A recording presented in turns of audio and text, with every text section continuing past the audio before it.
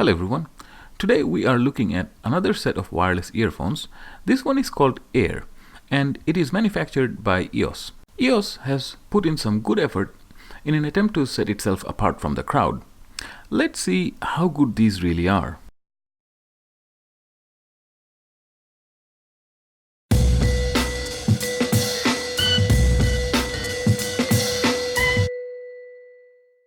So let's start with the unboxing process. From the outset, it appears that EOS is serious about making the first impression. Frankly, I like the dark theme of the box. Once we open the box, there are some more nice prints inside, making the unboxing experience tad a bit more pleasant.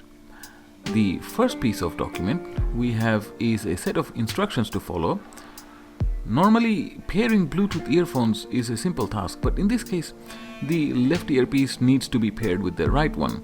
A bit of an odd thing, but more on that later. On one side, we have the accessories box, and on the other, we have the carrying case for the earphones. The accessories includes 3 pairs of different sized silicone ear tips. Next, there is a spare pair of memory foam ear tips, which plays a big role for these earphones. Next, we have the USB Type-C charging cable and a leash to secure the left earpiece to the right one in case if you need that. Apparently, this is made of vegan leather. Finally, there is a multilingual user's manual. Next, we move on to the charging case.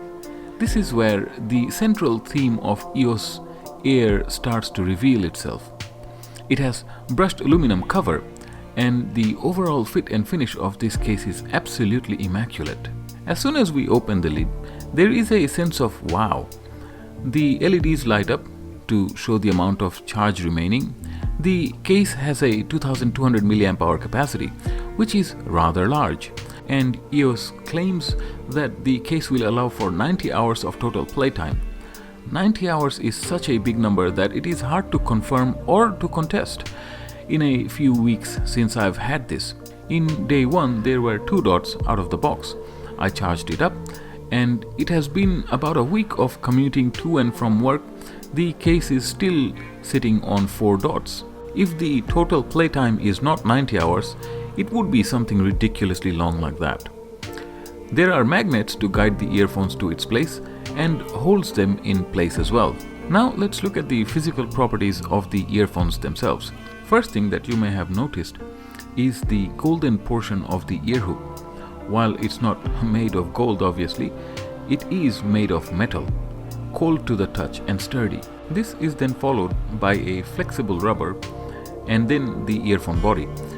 This hook looks flashy, but functionally it's one of the best I have had. The metal behind the ear works like a charm because there is a little bit of weight that keeps it balanced. The rubber portion is soft, so does not put any pressure on any one spot. Overall structure stays on the ear with zero chance of falling, unless you go boxing with these on. Then there is the memory foam ear tips. Because they squeeze and conforms no matter what the shape of the ear is, it is always a perfect fit. The total combined effect is very comfortable. In fact, it is one of the best that I have tested, and I have tested a whole bunch. So consider it high praise. The build quality has been followed through here as well. Like the case, the earphones are manufactured flawlessly. Beyond that, the earphone remains simple, with a flat surface that we can tap on to control playback and calls. Speaking of calls, I have made a few with these. The microphone has an ambient noise cancellation, but the caller on the other side said that the volume of my voice was a bit low compared to when talking on the phone normally. Otherwise, the sound was clear. Now, speaking of sound, let us talk about that all-important sound. The Air has 8mm diameter graphene-coated driver, which is all the rage these days as it appears. One thing I did notice is that the driver needs to be worn in a bit. This is not unusual, many speakers are like that. For example, the entire Microlab Solo series has this nature. But once the drivers are worn in, the sound does ease up nicely. The bass is not overpowering, but it punches the needed quantity in the demanded frequency. What I mean by that is, that the experience was very much like a well-powered speaker that produces the right bass notes at the volume level that the soundtrack is demanding at the time. So no unnatural feel about it and no slacking off either. As we transition into the mids, things were relatively under control. The reproduction of voice or violin was fairly faithful. Exception was, some of the heavy metal tracks or rock songs did not come across too pleasing. Near the 6K range appeared to be a little bit too strong for my taste. Treble is okay, just okay. Not fantastic nor dull, but clear and clean. Overall, from very low to high end of the spectrum, the sound worked as one package. Plus, the memory foam blocks out the outside noise very well. So sound-wise, while I cannot say that it is as much fun to listen to as the Galaxy Buds, for example, it most certainly is very capable performer. Those who like pumping beats for the gym will like this.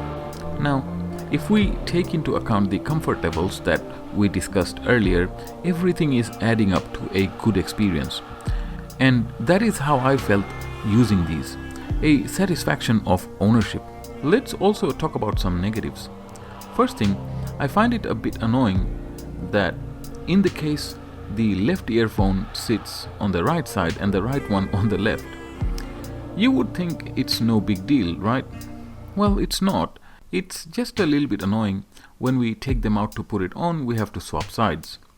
A bigger issue is that the earphones at times lost its connectivity between them. Not from the earphone to the phone, but from left earphone to the right. The EOS Air is able to work as a single earpiece as well, kind of like the Bluetooth hands-free, but no one will buy these for that purpose. In the process, it so happens that at times the earphones go single mode. Either only the left earphone was working or was playing left channel on both earpieces, which sounded not so good. Once the earphones were reset, the issue went away. Thankfully, it only happened once and hasn't happened since. Then there is the price. At $109, it's competing with the Galaxy Bud. For better sound, I'll go with the Galaxy Buds. Plus, it also does wireless charging, which the EOS Air does not. Material-wise and build quality-wise, EOS Air is above Galaxy Bud. I know a lot of Samsung fans are not going to be happy hearing this. It is the reality in front of us. EOS really did do a masterful job in manufacturing excellence. There are a lot of premium material used tastefully, as opposed to Galaxy Buds all plastic construction. So overall, apart from some minor complaints, the EOS Air is a very compelling product, built without any visible flaws. In its simple appearance, it is a deeply satisfying product to use in a daily basis. I say simple, yet a friend of mine at work was impressed when he saw the case on my desk. When opened, the word was wow. At the first glance, it is impressive indeed, and then it follows through. Well, this wraps up the video. I hope you have liked it, and I have left links in the description below for updated price. Using those links does help our channel bring more contents.